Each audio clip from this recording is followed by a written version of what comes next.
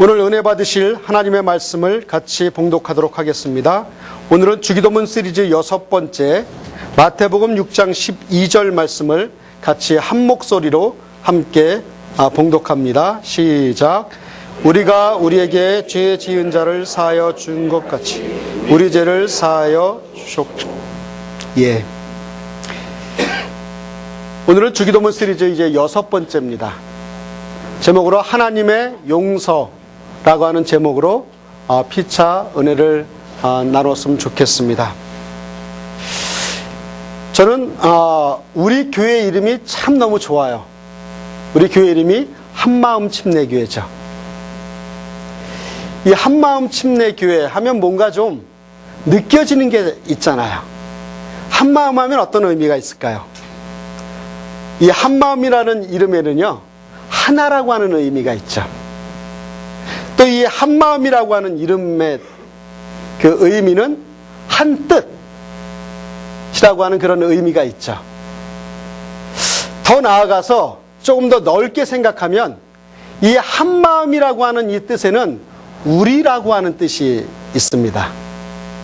한 마음과 한 뜻과 하나 된 우리라고 하는 뜻이 이 한마음이라고 하는 의미가 아닌가 저는 생각을 합니다. 그래서 우리는 보통 우리 가정, 우리 교회, 우리나라 이런 이야기를 하기를 참 즐겨해요.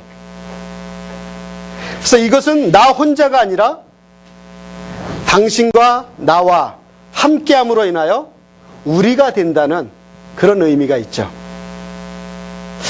그렇다면 한 가지 더 질문을 하겠습니다.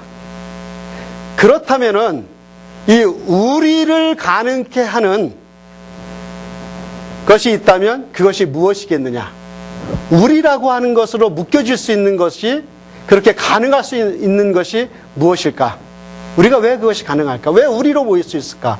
그것은 사랑입니다. 그 사랑이 있어야 우리가 될 수 있는 거죠. 그래서 사랑이 있어야 가정도 우리 가정이 되는 거고요. 교회도 우리 교회가 되는 것이고, 또 나라도 우리 나라가 될 수 있는 것입니다. 사랑이 배제된 우리는 있을 수가 없습니다. 그래서 교회도 나라도 사랑이 있을 때에만 진정한 우리가 될 수 있다고 저는 생각을 합니다. 근데 여기서 또 한 가지 질문이요. 그렇다면 그 사랑은 무엇으로 가능하겠는가라고 하는 것입니다. 어떻게 그 사랑이 가능할까? 서로가 좋아하는 감정이나요, 또한 설레이는 마음, 또 한 번 보면 두 번 보고 싶고 또 보고 싶은 마음, 이것만이 진정한 사랑이겠는가? 그것이 하나의 사랑의 그 표현의 모습이기도 하지만 그것이 진정한 사랑이겠는가? 물론 사랑하면 좋아하게 되고요, 설레게 되고요, 자꾸 보고 싶게 되는 것이 사실입니다.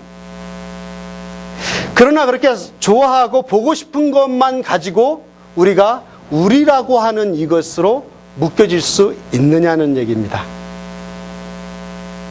진정한 우리가 되기 위해서는요, 저는 이런 생각을 해봅니다. 진정한 사랑의 공동체가 되기 위해서, 진정한 우리가 되기 위해서는 꼭 전제되어야 되는 것이 한 가지가 있는데, 그것은 용서입니다. 용서가 전제된 사랑만이 진정한 사랑이 될 수 있고요, 용서가 전제된 우리만이 우리가 될 수 있다고 하는 것이죠.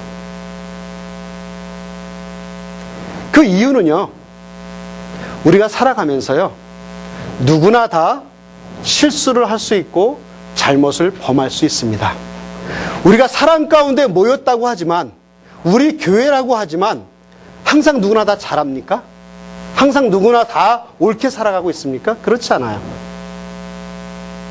우리가 살아가면서 항상 실수하게끔 돼 있고요, 또 잘못하게끔 되어져 있어요. 우리는 완벽한 사람들이 아니기 때문에 그렇습니다. 원하든 원하지 않든 타인에게 피해를 입히거나 잘못할 수 있는 것이 우리들입니다. 그런데 그럴 때마다 우리가 사랑한다고 하면서도 서로를 용서하지 못한다면 진정한 사랑이 될 수 없다라고 하는 것입니다. 용서가 없이 과연 우리라고 하는 공동체가 가능하겠느냐? 또 용서가 없이 과연 한마음이라고 하는 이 교회가 가능하겠느냐? 용서가 없이 과연 우리 공동체가 사랑의 공동체라고 이야기할 수 있겠느냐라고 하는 것입니다. 그래서 저는 정의를 해본다면 사랑은 용서입니다. 사랑한다면 마땅히 용서해야 됩니다. 오늘 본문이 주는 메시지가 바로 용서입니다. 오늘 본문 12절의 말씀에 보면 우리가 우리에게 죄 지은 자를 사하여 준 것 같이 우리 죄를 사하여 주옵시고라고 성경은 기록하고 있습니다. 이 말씀에는요, 이런 전제가 있습니다. 우리는요, 하나님의 용서가 없이는 살 수 없는 존재입니다. 믿습니까? 하나님의 용서가 없었다면 우리는 하나님의 자녀가 될 수 없었습니다. 하나님의 용서 없이는 우리는 구원도 얻을 수 없었고요, 또한 영생도 얻을 수 없었습니다. 그렇게 우리를 향한 하나님의 사랑은 우리를 위한 용서에서부터 시작되었다고 저는 생각을 합니다. 예수 그리스도께서 십자가에 달리신 사건도 우리의 죄를 용서하시기 위함이었었고요. 물론 그 저변에는 하나님의 사랑이 깔려 있는 것도 사실입니다. 그러나 그 하나님의 사랑이 우리를 향해서 구체적으로 표현이 되어졌는데 그 표현의 방법은 용서였다고 하는 것입니다. 하나님의 사랑이 우리에게 표현되기 위한 구체적인 그림 단어는 용서였다고 하는 것이에요. 사랑한다면 용서하는 것이기에 하나님은 우리의 모든 것을 용서해 주셨습니다. 아멘. 십자가 위에서 달리신 예수 그리스도를 통해 하나님은 우리의 모든 허물과 죄악을 용서해 주셨습니다. 그것이 사랑이라고 하는 거예요. 그것이 바로 하나님의 사랑입니다. 하나님께서 예수 그리스도를 통해 십자가에서 용서해 주신 우리의 죄는 사실은 본질적인 죄, 원죄에 해당됩니다. 근본적인 죄입니다. 그래서 예수 그리스도는 십자가에서 죽으심으로 우리의 본질적인 죄를 영원히 그리고 단번에 용서해 주셨습니다. 더 이상의 용서가 필요치 않은 완전한 원죄에 대한 용서가 십자가에서 이루어졌습니다. 그 십자가의 용서로 인하여 우리는 더 이상 근본적인 죄악을 고백할 필요가 없습니다. 따라서 오늘 주님의 기도에 담겨 있는 우리 죄를 사하여 주옵시고 주시옵고라고 하는 이 기도는요, 이 본질적인 원죄에 대한 회개가 아닙니다. 이 죄는 하나님의 자녀가 되었음에도 불구하고 날마다 짓게 되는 일상적인 죄들을 가르치고 있습니다. 흔히 자범죄라고도 하는 이 죄는 하나님을 믿고 난 후에 우리의 연약함 때문에, 우리의 나약함 때문에 짓는 죄, 이기심과 욕망 때문에 날마다 짓게 되는 그 죄들에 대하여 용서를 구하는 기도가 이 기도입니다.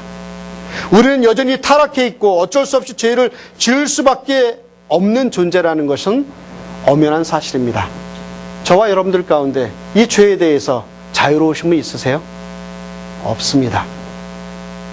그렇다고 해서 죄를 방치하거나 죄를 짓고서도 나 몰라라 할 수는 없잖아요.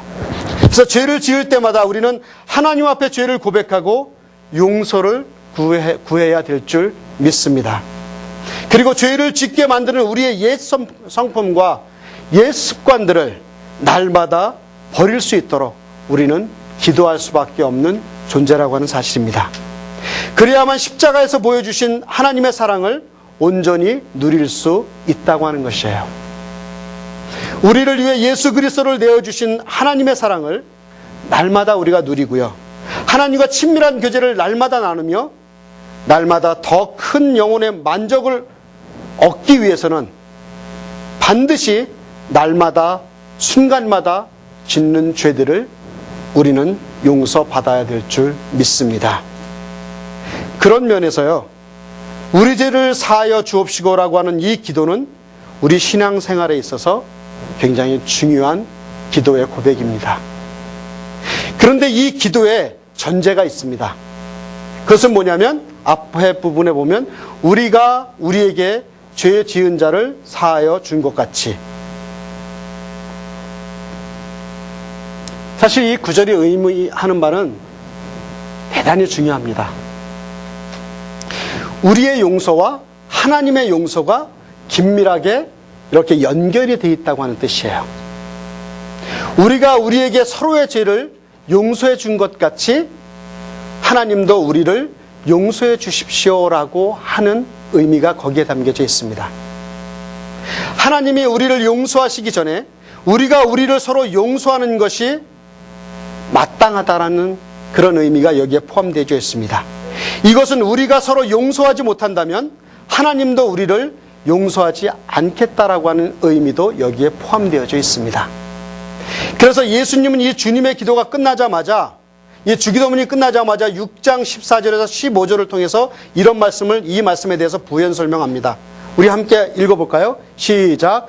너희가 사람의 잘못을 용서하면 너희 하늘 아버지께서도 너희 잘못을 용서하시려니와 너희가 사람의 잘못을 용서하지 아니하면 너희 아버지께서도 너희 잘못을 용서하지 아니하시리라.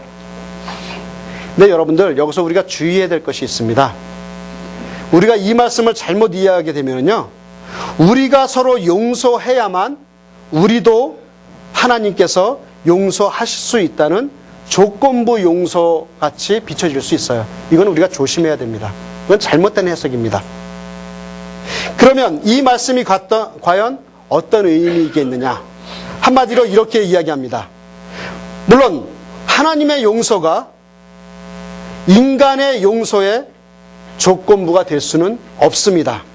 그러므로 우리가 다른 사람을 용서하는 것이 우리가 하나님의 용서를 요구하는 권리가 될 수 없다고 하는 것입니다. 그 이유는 무엇이냐면 하나님의 용서는 무조건적이기 때문에 그렇습니다.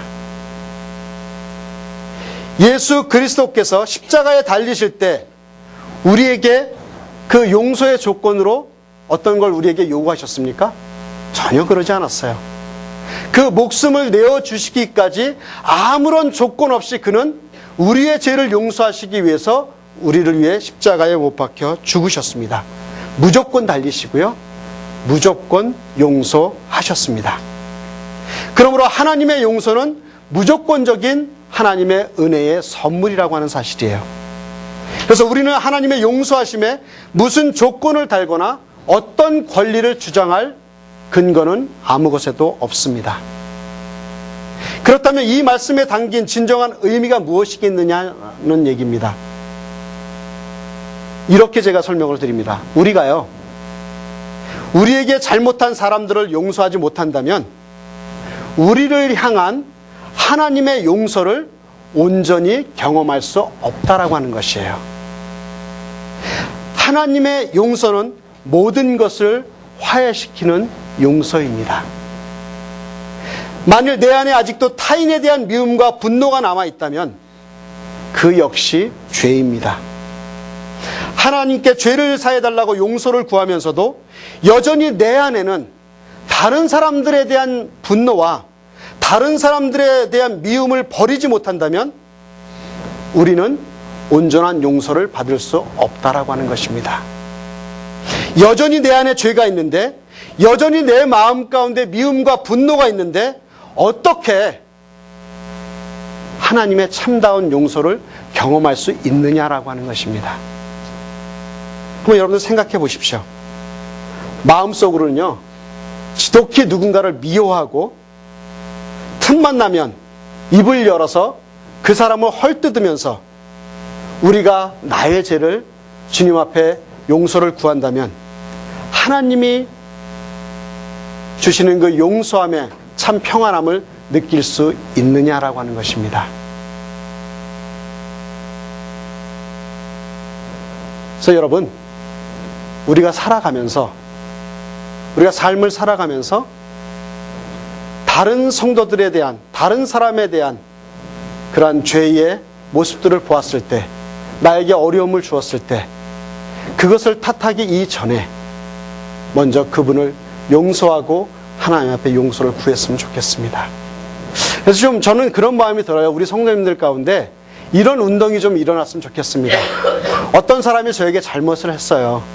또 저에게 억울한 일을 당하게 했습니다. 그럴 때 이렇게 한번 해보세요. 그럴 수도 있지. 한번 따라서 해볼까요? 그럴 수도 있지. 자, 부부간에 좀 어려운 일이 있습니다. 잘못을 했어요. 그럴 때 그냥 그럴 수도 있지. 이렇게 한 번만 좀 고개를 끄덕이면서 그럴 수도 있지 라고 한 번만 해보십시오. 그럼 용납이 되지 않는 것이 없어요.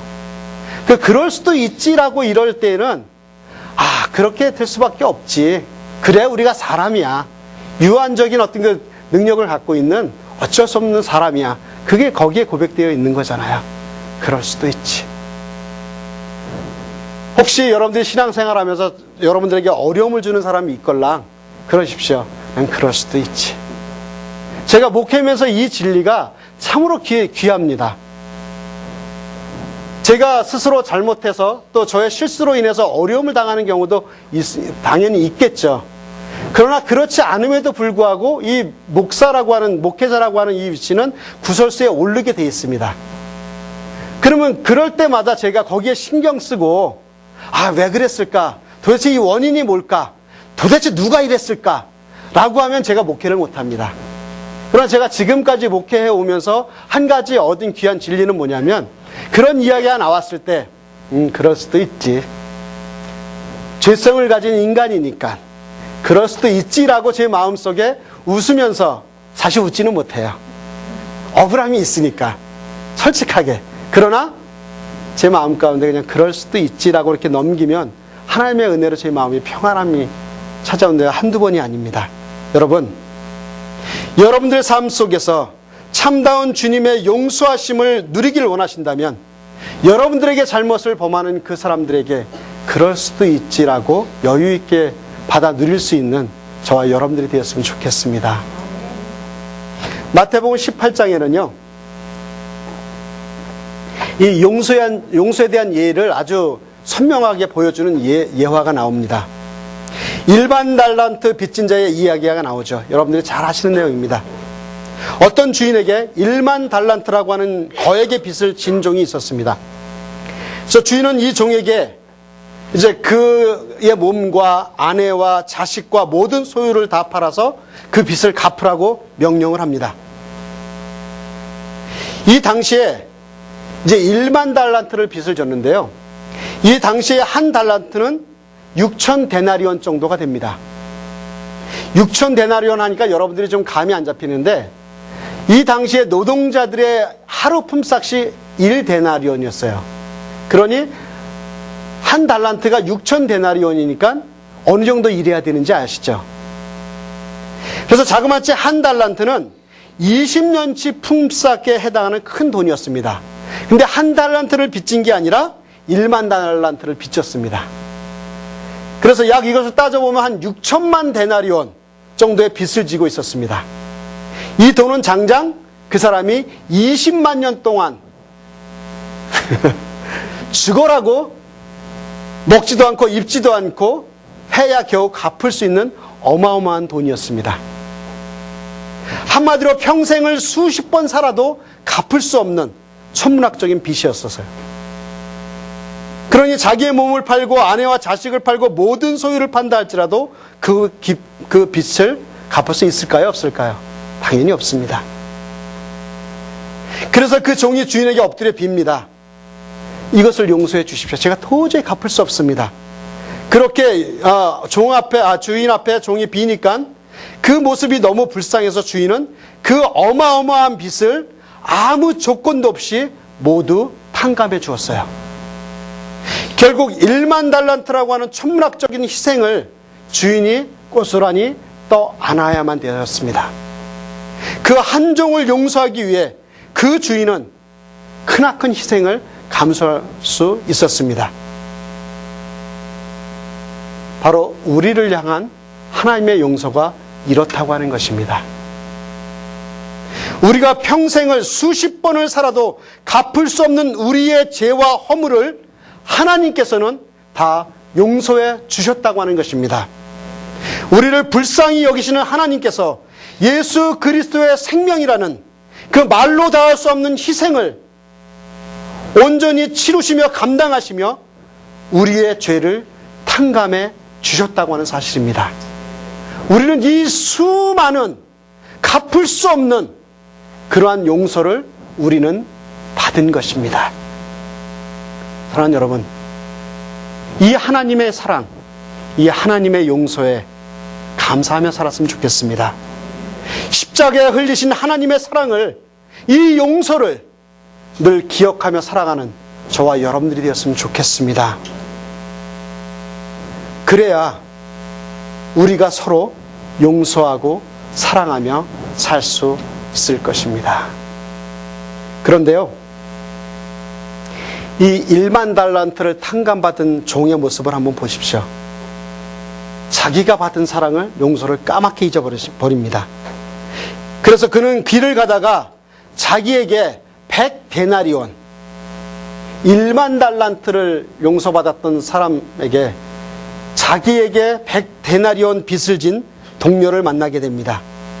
만나자마자 그 동료의 멱살을 잡고서 빚을 갚으라고 닥달을 합니다. 그는 지금 막 1만 달란트를 탕감을 받은 사람이에요. 근데 고작 100데나리온의 빚을 진 동료의 멱살을 잡고 빚을 갚으라고 위협을 합니다. 그래서 그 멱살을 잡힌 동료가 이야기합니다. 본문에 보면 좀 참아주십시오. 저를 좀 참아주십시오. 기다려주십시오. 내가 갚겠습니다. 그렇게 간절한 마음으로, 갚지 않겠다는, 탕감해달라고 하는 이야기도 아니고요, 내가 갚겠다고 이야기를 해요. 그러나 그 종은요, 그 동료의 간청을 무시하고 옥에 가두어 버립니다. 그 동료가 빚을 진 금액은 단 100데나리온이었어요. 고작 3개월치 풍싹에 불과한 것이었습니다. 반면에 자신이 주인에게 받은 빚은 6천만 데나리온, 무려 20만 년 이상의 품삯이었었습니다. 그렇다면요, 당연히 그 동료의 간청을 들어주는 것이 마땅하지 않나요? 탕감해 주어야 마땅합니다. 자신이 탕감받은 액수에 비하면 60만 분의 1밖에 되지 않는 이 금액, 그 사람을 탕감해 주어야 됨에도 불구하고 그는 동료가 빚을 갚지 않는다며 옥에 가두어 버렸습니다. 한마디로 은혜를 악으로 갚은 것입니다. 이 종이 과연 주인으로부터 받은 그 용서를 참다운 용서로 받아들인 사람일까요? 그래서 이 과정을 옆에서 지켜본 사람들이 그 주인에게로 달려갑니다. 그리고 그 모든 일을 고합니다. 그러자 주인이 그 종을 다시 불러들여 이렇게 말합니다. 마태복음 18장 32절에서 34절. 우리 한번 같이 읽어볼까요? 시작.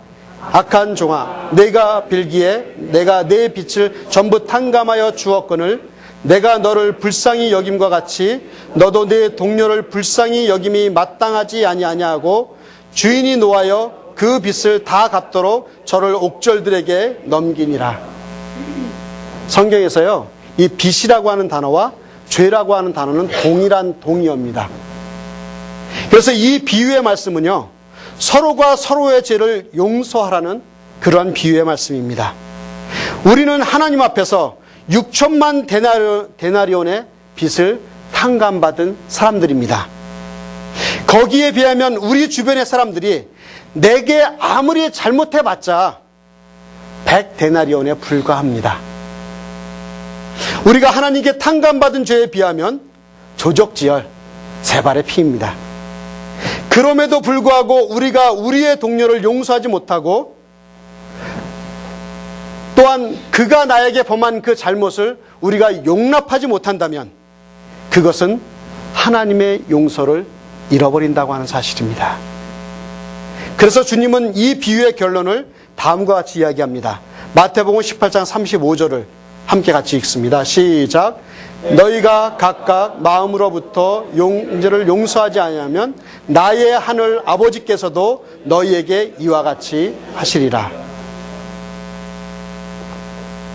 사랑하는 여러분, 우리 모두는요, 용서가 필요한 사람들입니다. 용서를 받아야 될 존재입니다. 우리에게 하나님의 용서가 필요한 만큼 우리도 우리에게 용서가 필요합니다. 그래서 우리는 주님에게서 용서를 구하면서 동시에 내가 용서해야 할 사람이 있는지 살펴보아야 될 줄 믿습니다. 그리고 그 사람을 향해서도 용서를 해야 되는 것이 당연히 마땅한 그리스도인의 삶입니다. 하나님이 우리를 조건 없이 용서하셨던 것처럼 우리도 조건 없이 우리를 향해서 어려움을 주었던 그 사람들을 용서해 줘야 될 줄 믿습니다. 용서에는요, 이유가 없습니다. 강정희 집사님의 그 동생분 장례를 치르면서 어제 이제 발인 예배를 드리는데요. 제가 앞에 앉았고 뒤에 어떤 남자분들이 앉으셨어요. 제가 누군지도 잘 모르는 분들입니다. 근데 예배를 시작하기 전에 그분들이 그런 이야기를 합니다. 뒤에서 쏙닥쏙닥 남자분들이 이야기하면서 하는 이야기가, 먼저 하늘나라에 가신 그 형제님에 대해서 이야기를 하면서 그 형제님과 관계 속에서 그분이 돌아가시기 전까지 관계가 별로 안 좋았대요. 힘들었대요. 그러면서 그분이 뒤에서 이렇게 흐느껴면서 서로 이야기하는 이야기를 가만히 제가 이렇게 우연찮게 들었는데, 하는 이야기가 살아있을 때 용서를 할 걸. 진작에 내가 그 사람을 찾아가서 함께 화해를 할 걸. 그러니 그런 상태에서 하나님의 나라에 가니까 자기 마음이 너무 아프다고요. 너무 힘들다고. 그러면서 남자분이 울면서 기도하는 걸 제가 어제 이렇게 들었습니다. 사랑하는 여러분, 우리가 이 땅을 살아가면서 그리스도의 용서를 받은 사람이라면 우리에게 힘든 상황들을 주었던 사람이 있다면 하루속히 빠른 시간 내에 가서 용서를 하고 용서를 구하시는 저 여러분들이 됐으면 좋겠습니다. 우리의 인생은 우리에게 달려있는 것이 아니라, 시간은 우리에게 마냥 남아있는 것이 아니라, 시간이 되거든, 아니 시간을 내서 용기를 다해서 여러분들의 혹시 맺힌 것이 있다면 찾아가서 서로 함께 용서를 구하고 화목의 관계가 이루어졌으면 좋겠습니다. 우리 교회는요, 저는 그렇게 생각합니다. 사랑의 공동체입니다. 더 나아가서 우리 교회는요, 용서의 공동체가 되기를 주의 이름으로 축원합니다. 우리가 참다운 용서를 누리지 못하고 우리가 우리의 형제와 이웃들을 용서하지 못한다면 세상은요, 우리에게서 진짜 사랑, 진짜 용서를 찾을 수가 없습니다. 저는 기도하기는 우리 교회가 진짜 교회가 되기를 원합니다. 진짜 사랑의 공동체, 진짜 용서의 공동체가 될 수 있는 우리 교회가 되었으면 좋겠습니다. 그래서 교회를 찾아다니는, 영혼의 방황을 하고 있는 많은 분들에게 진짜 교회의 용서의 교회의 모습을 보여줄 수 있도록 우리가 노력해야 될 줄 믿습니다. 코리 텐붐이라고 하는 여사가 있습니다. 제가 참 이분의 전기나 또 책들을 참 즐겨 읽었던 적이 있었는데, 그 코리 텐붐 여사가 이제 2차 세계대전 중에 독일군에게 쫓기던 유대인을 숨겨주었다는 이유로 이 네덜란드 처녀인 코리 텐붐과 그의 가족들이 이제 수용소에 잡히게 되었습니다. 그래서 끔찍한 고문으로 인해서 코리 텐붐 여사의 가족은 모두 목숨을 잃었고 그녀만 기적적으로 생명을 건질 수 있었습니다. 전쟁이 끝난 후에 코리 텐붐 여사는 이제 복음 전도자가 되어서 세계를 돌아다니며 특별히 전한 것이 용서의 복음이었습니다. 그녀가 용서의 메시지를 전하는 곳마다 놀라운 변화가 일어났고요. 수많은 사람들이 그 은혜와 감동을 받게 되었습니다. 그러던 어느 날 독일에서 특별 집회를 하게 되었어요. 그의 명성을 듣고 많은 사람들이 그 집회에 몰려들었습니다. 저녁 집회를 은혜롭게 마친 코리 텐붐 여사가 이제 교회 정문 앞에서 집으로 돌아가는 사람들을 이렇게 일일이 맞이하며 악수를 하며 인사를 나누고 있었습니다. 그때 자기 앞에서 서서 조심스럽게 손을 내미는 노신사가 있었습니다. 그 노신사를 바라보던 코리 텐붐 여사는 그 노신사의 얼굴을 보는 순간 너무 놀라서 얼굴이 창백해지고 피가 거꾸로 솟는 것만 같았습니다. 그 노신사는 바로 자기 가족을 고문해서 죽게 만든 사람이었고, 심지어는 자신의 꽃다운 처녀 시절에 자기의 옷을 벗기고 때리며 고문하며 온갖 고통과 수모를 안겨줬던 장본인이 바로 그 노신사였습니다. 그의 손을 잡고 악수를 한다는 것은 인간적인 마음에 도저히 할 수 없었던 일이었어요. 그래서 그녀는 하나님, 이렇게 기도합니다. 하나님, 온 세상 사람들을 다 용서해도 하나님, 제가 이 사람만은 용서할 수 없습니다. 이렇게 나에게 모욕을 주었고 힘든 상황들을 주었고 내 가족을 죽였던 이 사람만은 제가 용서할 수 없습니다. 라고 그렇게 기도했다고 해요. 그때 주님의 음성이 들립니다. 사랑하는 딸아, 나는 그 사람도 구원하기 위해 십자가에 달렸단다. 나는 그 사람도 구원하고 용서하기 위해 십자가에 달렸단다. 나는 그 사람도 용서하기 위해 십자가에 달렸단다.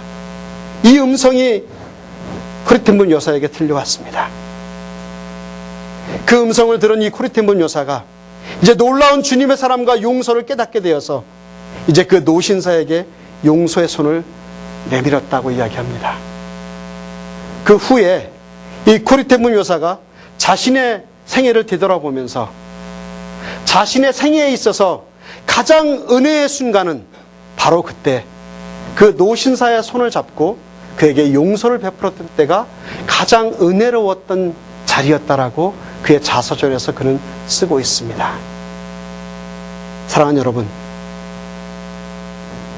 용서받아본 경험이 없는 사람은요, 결코 남을 용서할 수 없습니다.